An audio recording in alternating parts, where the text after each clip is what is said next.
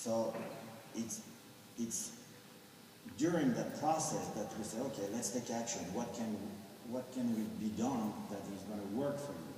Because what's going to work for her is different than for you, than for me, etc. So it takes a while before you figure out all those things. And then you can work on it. Same thing as a technical work on the tennis court, because that's part of the training at the top level. So that's how we kind of figure it out a little bit. So doing this, she learned a lot about herself. And I don't know, that's kind of cool work, honestly.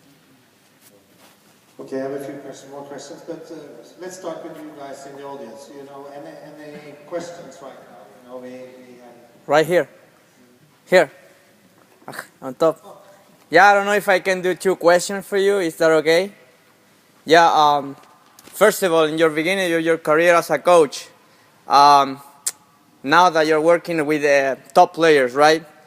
Which is the big difference between working with players in the club than working specifically with top players?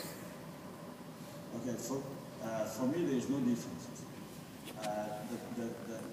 The problem that you face with a club player is the same problem that you face with the professional athletes. The difference is you're all dedicated to one person, and the time that you have is 24 hours. Okay? Well, I'm exaggerating, but that's all you do is to take care about one person. So having this time and having just this dedication for one person, you explore a lot of different options in order to work and improve whatever you want to improve, okay? Whatever you want to make it better. So that's the big difference, okay? And when you explore about everything. And again, there is some smart things that you do and some silly things that you got to try them. Because you have that time, because you how do you say? That's the only thing you take care of. That's your job, okay, to do. So if, I don't know, we talk about being anxious and nervous, so for example, so it's different emotions, I think, but that's probably the one that comes back more often. A club player feel that. It's the same way. Not everything we're going to try for a professional player, okay? Nothing is stupid really before you try it, okay? If it's to sit for 2 hours and that helps you to not be nervous, you're going to do it, okay? That's the beauty of the top level. If you can propose anything you want, as long that the idea behind is to improve. You try, it works, doesn't work. Throw it away, adapt it, whatever it is, okay? But that's the difference is right there. But what a club player is facing and going through, a professional player go through the same. We're the same people. Yeah, I know. Can I do the second? Yeah. You said before that you work with Gisela Adulco, right? Yeah, I did a few months. Yeah. My question is because down there in South America, I'm from Chile. We are having a lot of troubles later to be able to build up good players. I think Gisela was the last one being inside the top 30 in the world. So, with your experience, which is the most different between the personality of South American players or like with European players? Because at certain point we see that genetically we are different. Europeans are stronger and bigger than South Americans. But is something else behind that too that make these players get like top level faster than them, or any difference between your experience with Gisela or this kind of the Russian players, for example?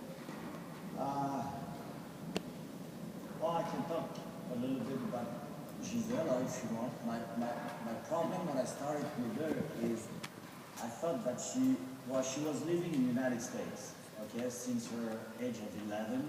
11 years old, and she moved to the United States in Miami, and she was living there since already a few years. So she was, of course, but she started to get a little bit Americanized, that's the word, so a little bit different feel, but the people she was living with, okay, was really taking care of her. So she wasn't really willing at that time to suffer, really. So I had to push her big time for the first 2 months, I think. But the beauty of South American player, I think, you're really game player. You can spend the whole day at the club and just play for fun. And play a set and 20 sets a day if you want. Okay? So that's the beauty that aspect of your personality over there, you can use it and transfer it in the work. And Gisela was like that, but she wasn't really ready and willing to do the hard work, what I call the shitty work, sorry for the word, but it's all these little things that it's boring, but you gotta do in order to improve.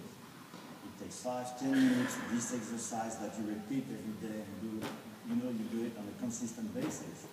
So she wasn't really willing to do that because she still has that game club player, but she was already a professional. So basically the problem with her at that time, in my opinion, was for her to understand how to become professional.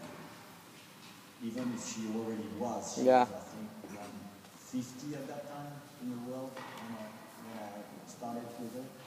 So that was the difference. difficulty at the beginning. Okay. But she got it really quick, seriously, because she really wanted it.